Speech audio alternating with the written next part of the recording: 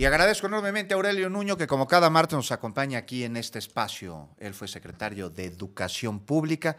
Aurelio, bienvenido, ¿cómo estás? Muy bien, Juan, encantado de estar aquí. Gracias por la invitación, como siempre. No, hombre, los contentos somos nosotros. Y bueno, pues ahí está el mensaje que da el dirigente nacional del Partido Revolucionario Institucional, Alejandro Moreno. Y pues interesante sería ver cómo tendría que ser el papel de la oposición ante pues la siguiente agenda legislativa, en donde ya se ha planteado la discusión de una serie de reformas, las enviadas por el presidente López Obrador. Ya está también en la escena las iniciativas de reforma que la doctora Claudia Sheinbaum avanzó, que va a proponer, que tienen que ver pues mucho con programas sociales, apoyo a mujeres mayores de 60 años, a niños estudiantes a través de las becas, y también pues una iniciativa que busca que no haya reelección en nuestro país. Pero ¿cuál crees que tendría que ser el papel de la oposición, Aurelio Nuño, durante esta discusión, estimado Aurelio? Gracias, Juan. Mira, como lo platicamos hace 8 días y lo he estado diciendo en distintos espacios, la oposición después de este resultado necesitamos un replanteamiento radical. Lo necesita mi partido, el PRI, pero me parece que también lo necesita el PAN, incluso por supuesto, Movimiento Ciudadano. Sí, el PRD ya no, porque ya no existe. Bueno, pues habrá que esperar Estuvo hasta el manchado, final, pero, a ver, el resultado fue contundente, Juan.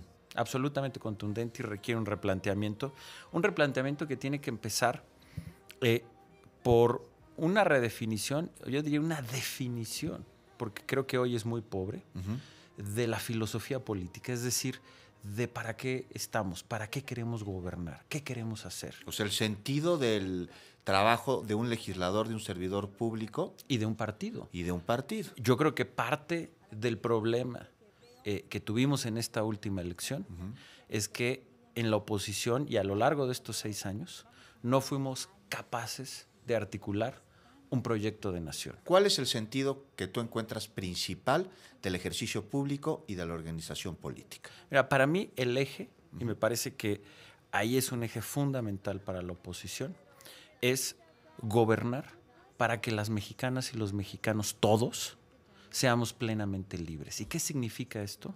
Que genuinamente todo mundo, cada mexicana y cada mexicano pueda realizar y vivir la vida que quiere vivir. Hoy, desafortunadamente, Juan, ¿sí? La mayoría de los mexicanos tiene que vivir la vida que le tocó, pero no necesariamente la que quiere vivir. ¿Por qué? Porque si no vives libre de pobreza, no tienes plenas facultades para decidir qué quieres hacer con tu vida. O sea, servir al pueblo. Si no tienes una buena educación, es muy complicado que puedas tener una vida libre. Si no tienes una buena salud, lo mismo. Si no hay seguridad, si no hay una democracia plena. Es decir, todo eso que se construye con instituciones, pero instituciones que la pregunta que se tienen que hacer es ¿qué pueden hacer en su día a día las mexicanas y los mexicanos? ¿Qué instrumentos tienen para poder hacer más, para poder llegar más, para que valga más el trabajo y puedan ganar más a través de su trabajo, para que puedan tener una educación de calidad, para que puedan tener una salud de calidad?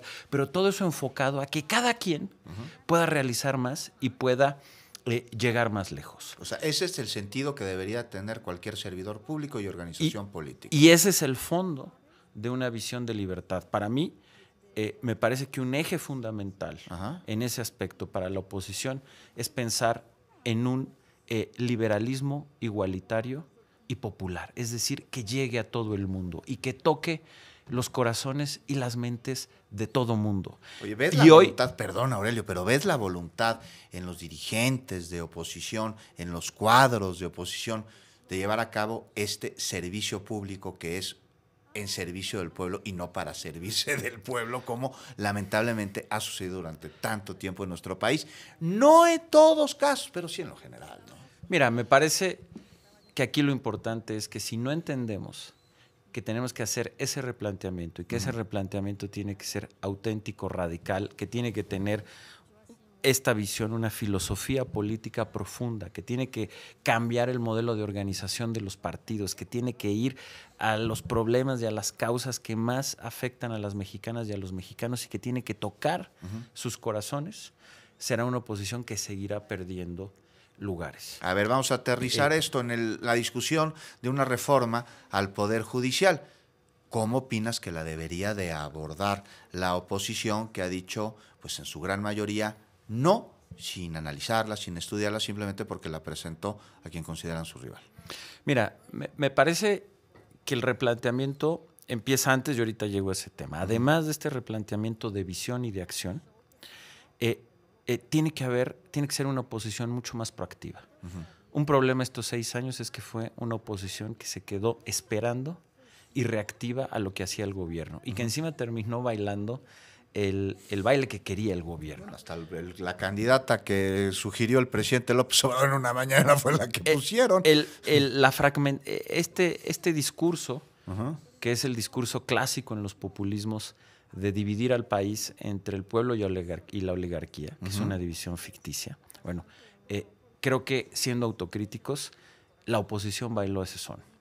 Y entonces hoy la oposición, con una visión fresca, se puso el saco, dices. con una, pues ante su inacción, ¿sí?, y ante simplemente reaccionar de manera negativa, pero sin propuesta a lo que decía el presidente, pues terminaba reflejando lo que el presidente quería. No lo estaba confirmando, Aurelio, perdón. Pero creo que nos tenemos que, o sea, si queremos una oposición que genuinamente tenga la posibilidad de ganar una vez más y que pueda defender una visión del mundo en donde la libertad es lo más importante y es esencial, tiene que tener este cambio y tiene que ser mucho más proactiva. Y como parte de esa forma de ser proactiva, me parece que la manera de abordar las iniciativas de este llamado Plan C, ¿sí?, debe de ser de manera proactiva. Tú no puedes simplemente sentarte y decir que no. También sería terrible sentarte y simplemente, sin crítica, decir que sí.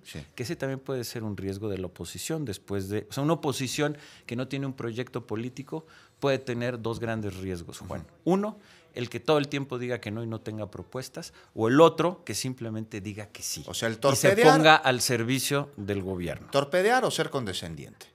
Son 2 escenarios. Y las 2 serían expresión de falta de un proyecto político. ¿Dónde está el término medio que a ti te gustaría ver en la oposición, Aurelio? Hay que hacer un replanteamiento sobre lo que está planteando el presidente y la presidenta electa. Por ejemplo, creo que un error que podría cometer la oposición, tomando algunos ejemplos de esta iniciativa, es simple y sencillamente oponerse por oponerse a la idea de que el Poder Judicial pueda ser electo popularmente. ¿Tú estás de acuerdo con esta propuesta? A ver, no estoy de acuerdo con la propuesta que envió el presidente, porque me parece que es una propuesta que lo que busca es dominar al Poder Judicial, y me parece que eso sí implicaría una pérdida fundamental de la libertad y de la vida democrática de México. Sin embargo, con el principio de que el Poder Judicial pueda ser electo popularmente, no estoy peleado. Me parece que eso no está escrito en piedra. Sí. Así como el Poder Ejecutivo es electo popularmente, como el Poder Legislativo es electo popularmente, el Poder Judicial también lo podría que ser. Lo importante es la forma en que se va a elegir.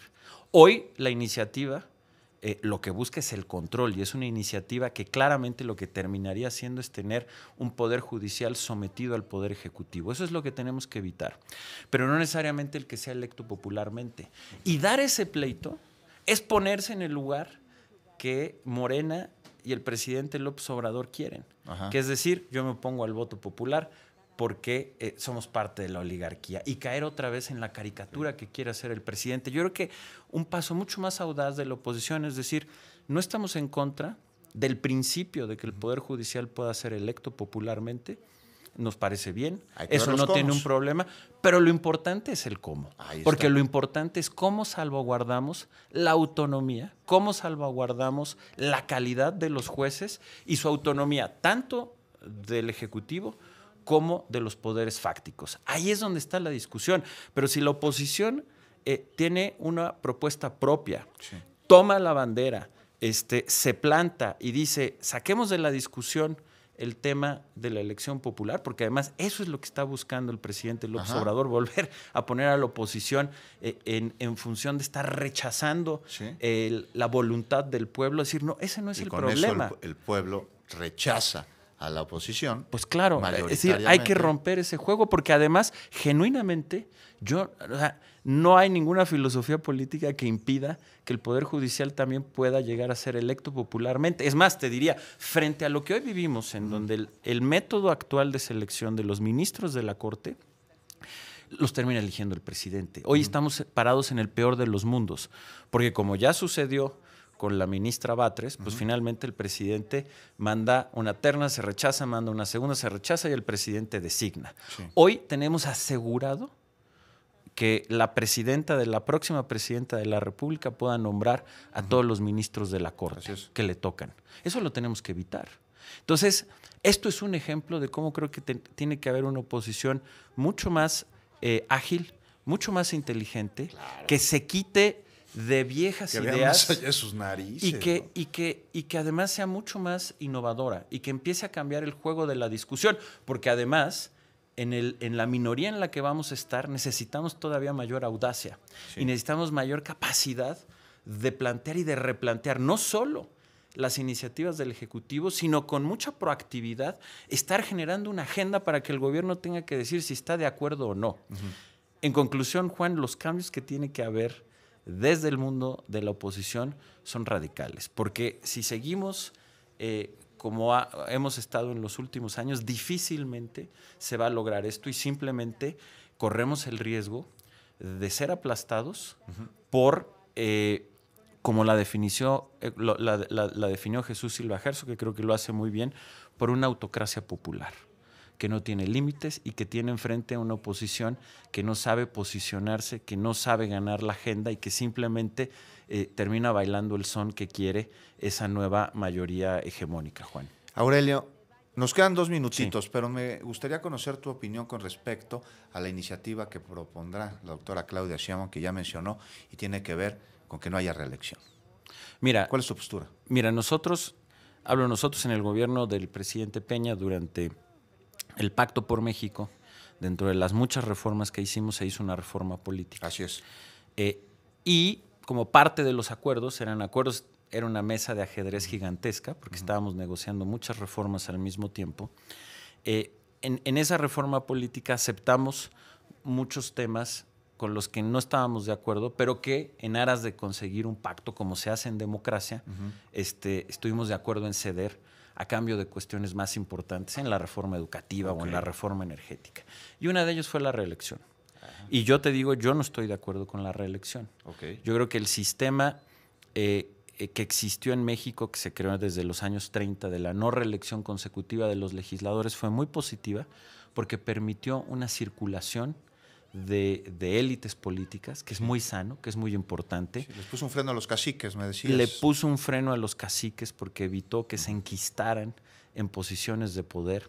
También era un escudo frente a poderes fácticos. Así es. Finalmente, las reelecciones, tú ves lo que pasa en Estados Unidos. Pues ahí están los poderes fácticos apoyando a legisladores eternos. Así es. Entonces, yo creo que regresar a que no haya una reelección consecutiva en el Congreso es positivo, es sano, ayudará a que los partidos políticos dejen de, digamos, no desarrollen grupos caciquiles que se enquisten y controlen los partidos, protegerá también de poderes fácticos. Así es que, vamos, me parece que no es el punto más importante de un sistema político, puedes vivir con él, pero a mí yo creo que es positivo. Yo estaría de acuerdo en que no haya reelección inmediata en el Congreso. Pues Aurelio Nuño, como cada martes, te agradezco mucho que nos hayas acompañado.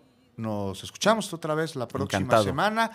Y con esta información nosotros nos vamos a una muy breve pausa. No se vaya. Gracias, Juan. No, gracias a ti, Aurelio Nuño. Más adelante.